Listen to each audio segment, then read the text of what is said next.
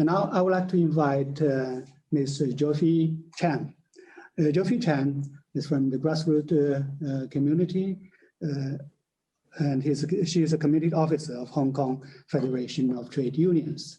She might share with us her personal experience and views on national security law. Ms. Chan, please. Thank you. Thank you for your excellency. For those of you who try to understand what happened in Hong Kong and what is actually happening in Hong Kong, I recommend this book called The Other Side of Story, written by Nuri Fatachi.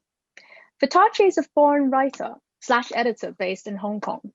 Fatachi reviews the inconvenient truth for much of the audience here. Not that our audience does not have the ability to differentiate between right and wrong, but it's because the authentic side of the story of Hong Kong, sadly, is not often seen in the mainstream media, especially those in English.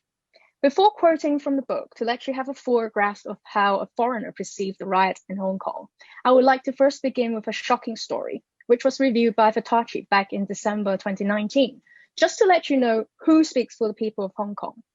On the 18th of December 2019, Fatachi published an article exposing that a widely quoted anti-China source who uses a Chinese name is actually a Westerner. For more than 5 years leading up to the riots in Hong Kong, a certain Kang Xionggan is frequently cited in the English language press, including the Washington Post of the US, the UK's Guardian, France 24, Deutsche Welle of Germany, etc.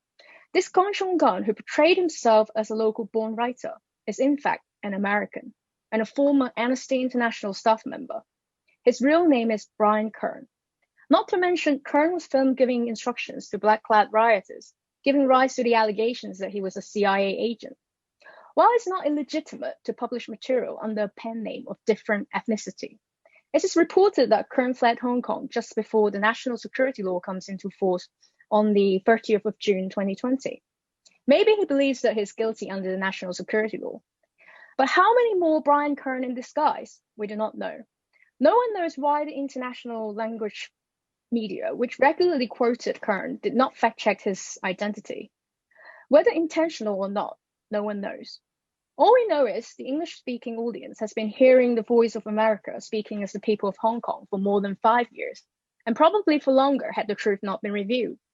We also know that pretending to be a native Chinese, spreading anti-China messages for more than 5 years worldwide would be more than sufficient in painting this false picture of Hong Kong and China.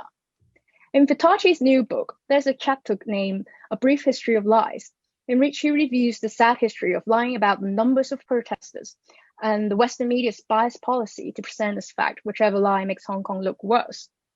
2 million was right at the top of almost every report, as the number claimed in one of the Black-clad marches in June 2019.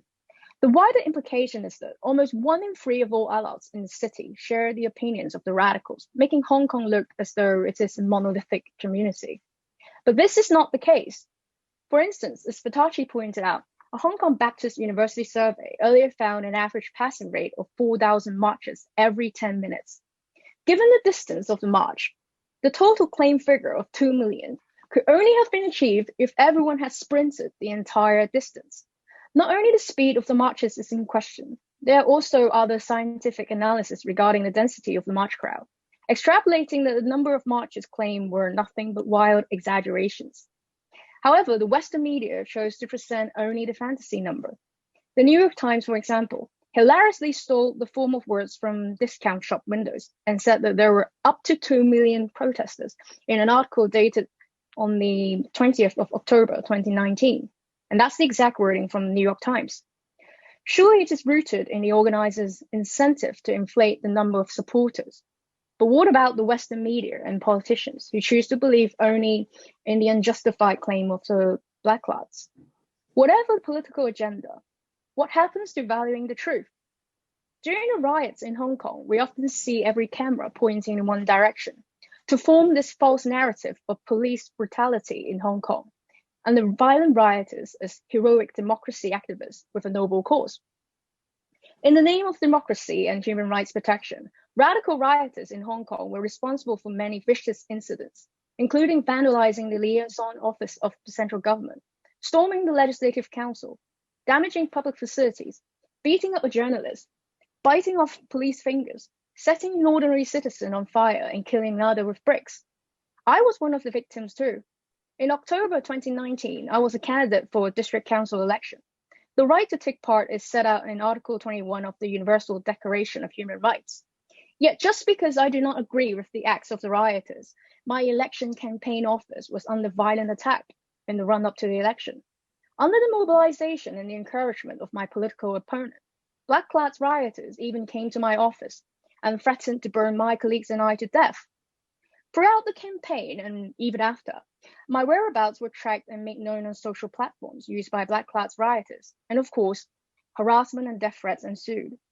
Still, these Black Clad rioters are glorified in the West and have even been nominated for the Nobel Peace Prize for 2 years in a row, when in fact these radicals were undermining the fundamental human rights of expression, safety, livelihood of those who refuse to submit to their political demand of Hong Kong independence.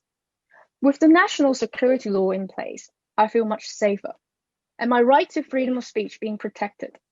Whereas there's a need for electoral reform to ensure a fair election, and that the election would not be hijacked by Black Clad rioters ever again. If the Black Clad rioters were peaceful democracy activists in the eyes of Western journalists and politicians, then by the same standard, those who stormed the US Capitol Hill earlier this year should also be labeled as peaceful democracy activists and be nominated for the Nobel Peace Prize. Why do the US politicians describe the DC riots as insurrection, when the US Speaker Nancy Pelosi once called the Hong Kong riots a beautiful sight to behold? Pelosi also said that the passage of national security law was a brutal, sweeping crackdown against the people of Hong Kong.